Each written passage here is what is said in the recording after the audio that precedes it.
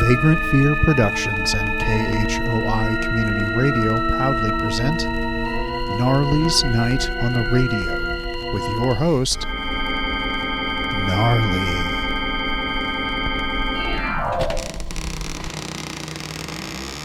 Good evening, friends of Vagrant Fear Productions. Welcome back through the creaking door for another episode of Gnarly's Night on the Radio. Tonight's tale is about a young woman whose family seems to be under a dark cloud, one that threatens to consume all mankind. But it begins in an apartment in a small town.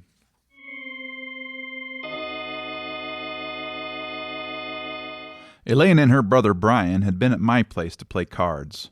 Brian's girlfriend had just left because she had to work early in the morning. The three of us were sitting around the living room talking when... What's wrong? Elaine, what's the matter? I thought I saw something in that doorway over there. Where? Over there. Brian, right over there. Oh, where are you going, Paul? Over to that archway, just to let you know that there's nothing there. There, you see, Elaine? Nothing's wrong. Nothing at all. Everything look okay now? Yes, I'm sorry. I just thought I'll leave the overhead lights on. Sorry, I thought that... Well, put them back on, Paul, please. All right, Elaine. Well, what's bothering you? I don't know. It's just that I don't know. Tell us what's bothering you. You promise that you won't laugh at me? Darling, of course not. Brian? Sis, if something's troubling you, it's troubling me. All right. Well, the reason I was so upset was I saw someone, something, standing in that archway. Sis, Paul showed you that there was no one else in here. When the lights were put on, you saw for yourself that we were alone. I'm not talking about something I mean, you can see in the light, Brian. I don't think I'm talking about a human being. Then what are you talking about? In the darkness, I saw something that can't be seen in the light. And I've seen it several times before. Sounds like you're imagining things. How long have you seen this thing, Elaine? Well, it started about 6 weeks ago. Brian, you were in Minneapolis on business. Mom and Dad were on vacation, and I was in the house by myself, in the library.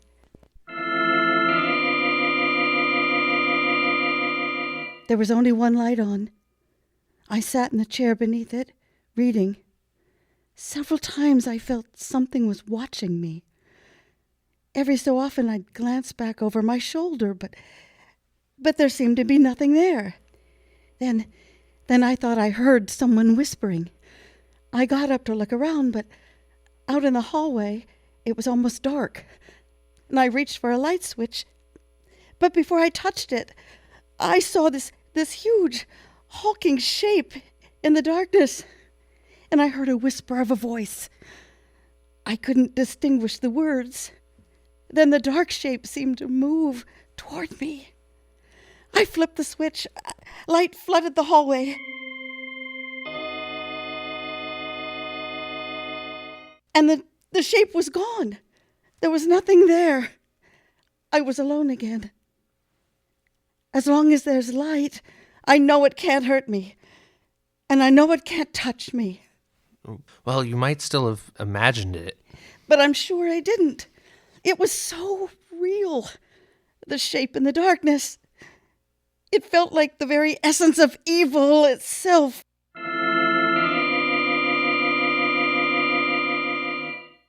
I'd recently seen a lecture by a paranormal researcher named Dr. Hirsch.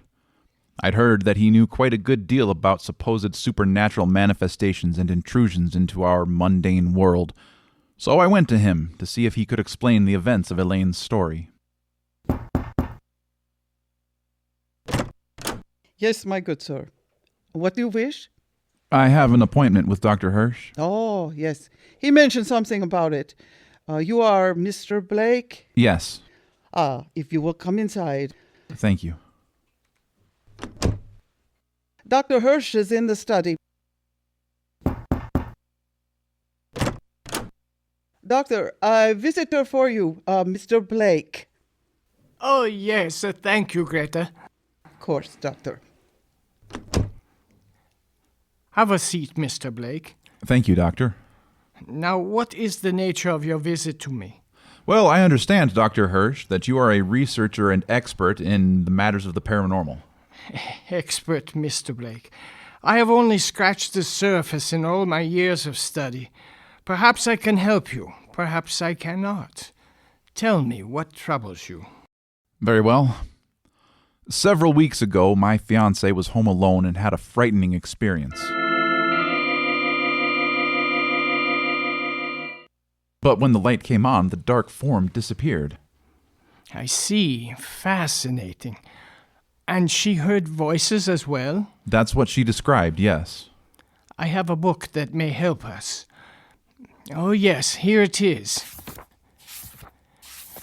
The manifestations of...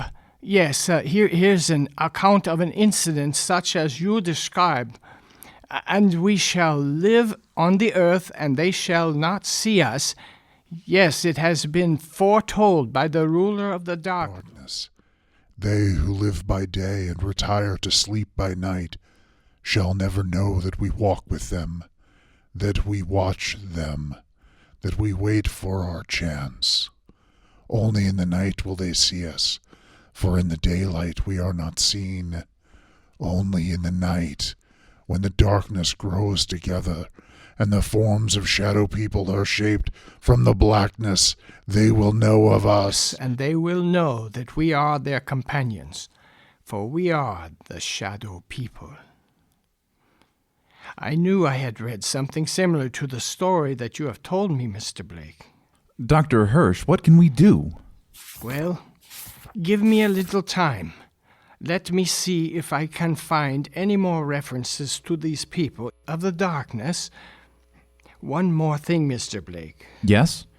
Be sure that your fiancé is never left alone at night. Be sure that there is some living thing, animal or human, that accompanies her every second of the night. I suspect she is in danger, Mr. Blake. Grave danger.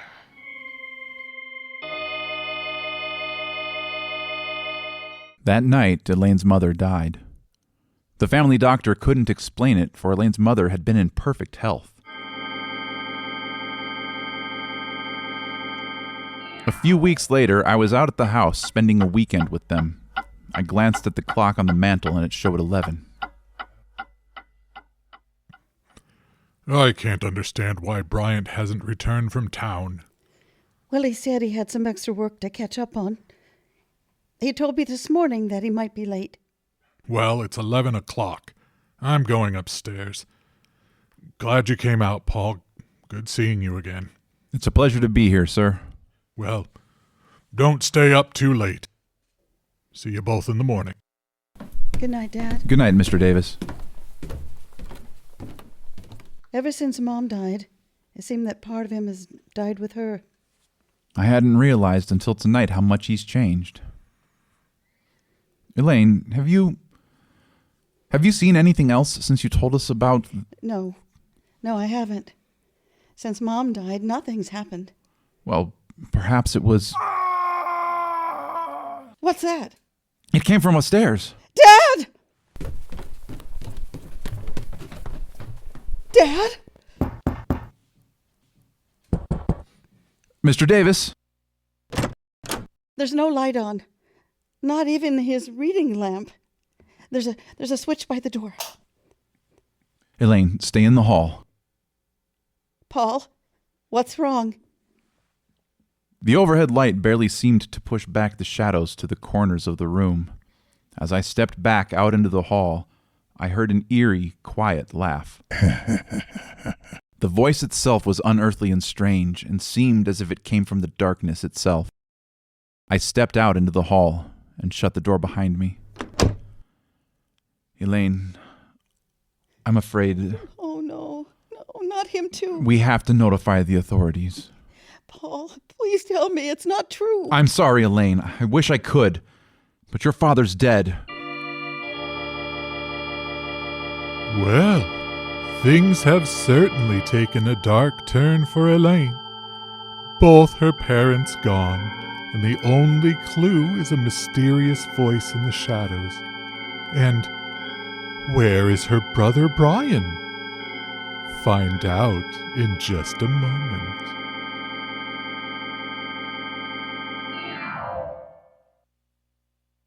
Gnarly's Night on the Radio is brought to you by Vagrant Fear Productions, a production company at the crossroads of the arts and horror, and KHOI 89.1, community radio in the heart of Iowa.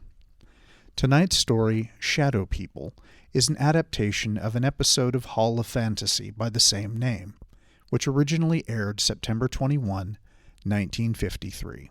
Let's check back in with Paul and Elaine. Perhaps Dr. Hirsch has learned something that could help them.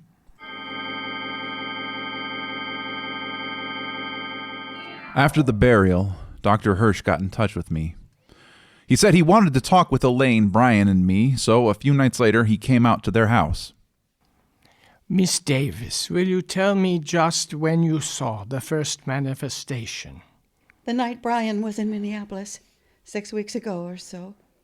Now, Miss Davis, you have even seen this apparition in the company of other people, is that correct? Yes, the night at Paul's apartment was the first time. I see. For some reason, these beings want to claim you little by little, step by step. They have been removing the obstacles in their way to reaching you.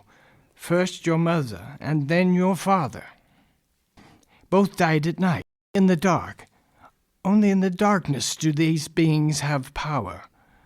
Now tell me, do you feel their presence here in this room as I talk to you? Yes. Turn out the lights, Brian. But Remain by the switch. If anything happens, turn the lights back on. all right. Dr. Hirsch, I don't think this is... Please, Mr. Blake, I must assess the situation myself. Very well. All right, then. Brian, turn off the lights. Yes, Doctor. The room now is in darkness, Miss Davis. Do you feel or see anything? No, Yes. Do you see anything? Yes, I do. Doctor, I don't think... Be silent! In front of me, the darkness gathers together into a huge, terrible... We do not want you, Dr. Hirsch. Just the girl. Leave us be, or face the wrath of the Shadow People. We will take her now and leave the rest of you. The lights! Turn on the lights! They're gone. Miss Davis, are you all right? Yes. Yes, I am. The darkness... I thought I saw it form into... I'm not sure what. Me too. What are we going to do, Dr. Hirsch? You must leave this house immediately. You must try to get out of their reach. Is that possible? I hope it is. I shall have to return to my house. I must learn if there's some magic by which we can defeat these creatures. But for the moment, leave this house. Dispose of it in any way that you may see fit, but leave this house. We spent the night in my apartment, the three of us. The following day, Brian and Elaine made arrangements to sell their house.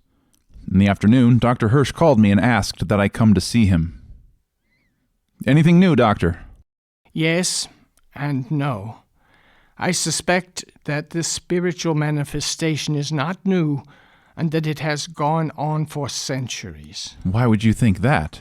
De Maupassant wrote what was supposedly a fictional story about the manifestation, Paul.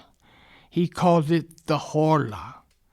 However, according to my research, It was taken from an actual case history. Of course, he added a few touches and... But have you found any way we can fight them? Everything depends upon the answer I received from my colleague of mine in London, Dr. Henry Bennett. I dispatched a telegram to him last night. Well, why hasn't he answered by now? There are certain things that must be done. It will take a few days. I'm afraid we have to wait, Paul. There is nothing else we can do. In the next few days, the house was sold, and Brian and Elaine moved into a newer, more modern home a few miles from my apartment. Hirsch said it might take a few days for them to build up their power. I spent the nights at their new house. The lights were left on, and I watched for any unusual occurrence. In the daytime, I'd return to my apartment and get some sleep.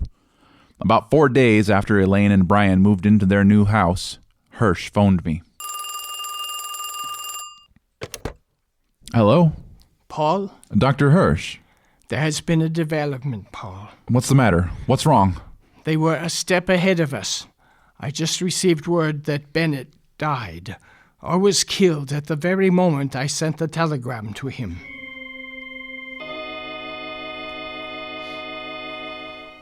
Step by step, they continued to outwit us, for they had anticipated every move we'd make.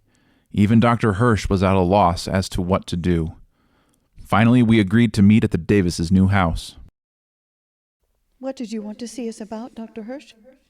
Did you find anything more? I'm sorry to say that I haven't. At the moment, I am at a complete loss. I don't know what to do. But what did you want to see us about this evening? I wanted to check on you, Miss Davis, and to examine the new house. Have you seen or heard anything? Not in the house. Only in my dreams. Your dreams? Yes. When I go to sleep at night, in my dreams, in the darkness, I see them. This is worse. I was hoping that it would not have progressed so far. There has been no disturbance in this house, but now they invade your mind, Miss Davis. Now you must stay awake for as long as you can. I want the three of you to move into my house. Perhaps that will give you some protection. Force them to find you again while we build our defenses. That night, we moved over to Hirsch's house. Perhaps Elaine would have more protection there. We might be able to devise a plan of action, some way to beat those beings. For a few days, things were quiet. The shadow people seemed to have withdrawn. Elaine no longer complained of troubled sleep. And then, one night, when we were in the study, Hirsch looked up and... Elaine, what were you looking at? Outside the house, outside the edge of the streetlight, I see them. She's right, Dr. Hirsch. I can see them too. What should we do, Doctor? Nothing. What do you mean, nothing? There's nothing we can do. We can't just... We can't do anything. Don't you understand? The greatest man in paranormal research was Henry Bennett. If they defeated him, what can we do? But Dr. Hirsch... As long as the house remains lighted, they remain out. That sounds like... The night my father was killed, we heard the same sound. The lights! What happened to the lights? Calm yourself, please. A candle. Yes, Miss Davis. As long as this burns, we'll be safe. For they cannot advance into the light. They are limited by the darkness. As long as the candle burns, they will have to remain outside of this room. We are in every room of the house. In the darkness outside. We are all around you. I can't stand it. I'm getting out of here. Brian! Brian, come back. I'm going after him. Stay here. There is... We can't just... Brian, no! The wind, Doctor, listen to the wind. I know. Yes, Doctor. Listen to the wind. Its breath will doom you all. But Dr. Hirsch, You may still save your own life. Leave us the woman and you shall go free. No, you will have to take all of us. Very well, Doctor.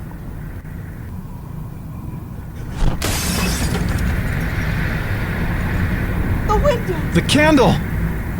It's gone out.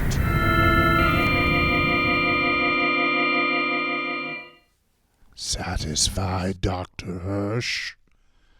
We took all of you, and as darkness falls each night, we shall take more. As our strength grows, we shall take more, until the world is consumed by darkness and covered in shadow.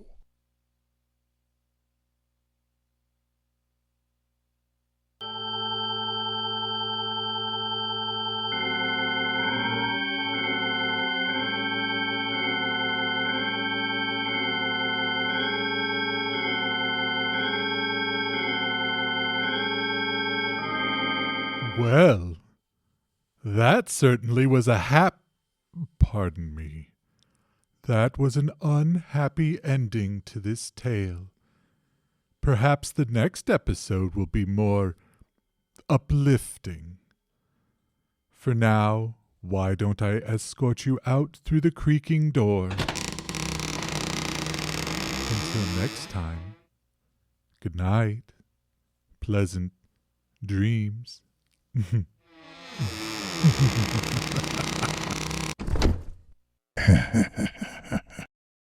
Tonight's cast included Adam Bielgard as Paul, Prescia Paulding as Elaine and Greta, Evan Bessor-Detlefs as Brian, Michael Banks as Dr. Hirsch, David Detlefs as Mr. Davis, and LaWayne L. White as the shadowy voice. David Detlefs was Gnarly, our host and narrator. Mark Harris was the sound technician. Music included Supernatural Radio A and Unseen Horrors by Kevin MacLeod, Incompetech.com, licensed under Creative Commons by Attribution 4.0 license. Gnarly's Night on the Radio is directed by LaWayne L. White and is a joint project between Vagrant Fear Productions and KHOI Community Radio.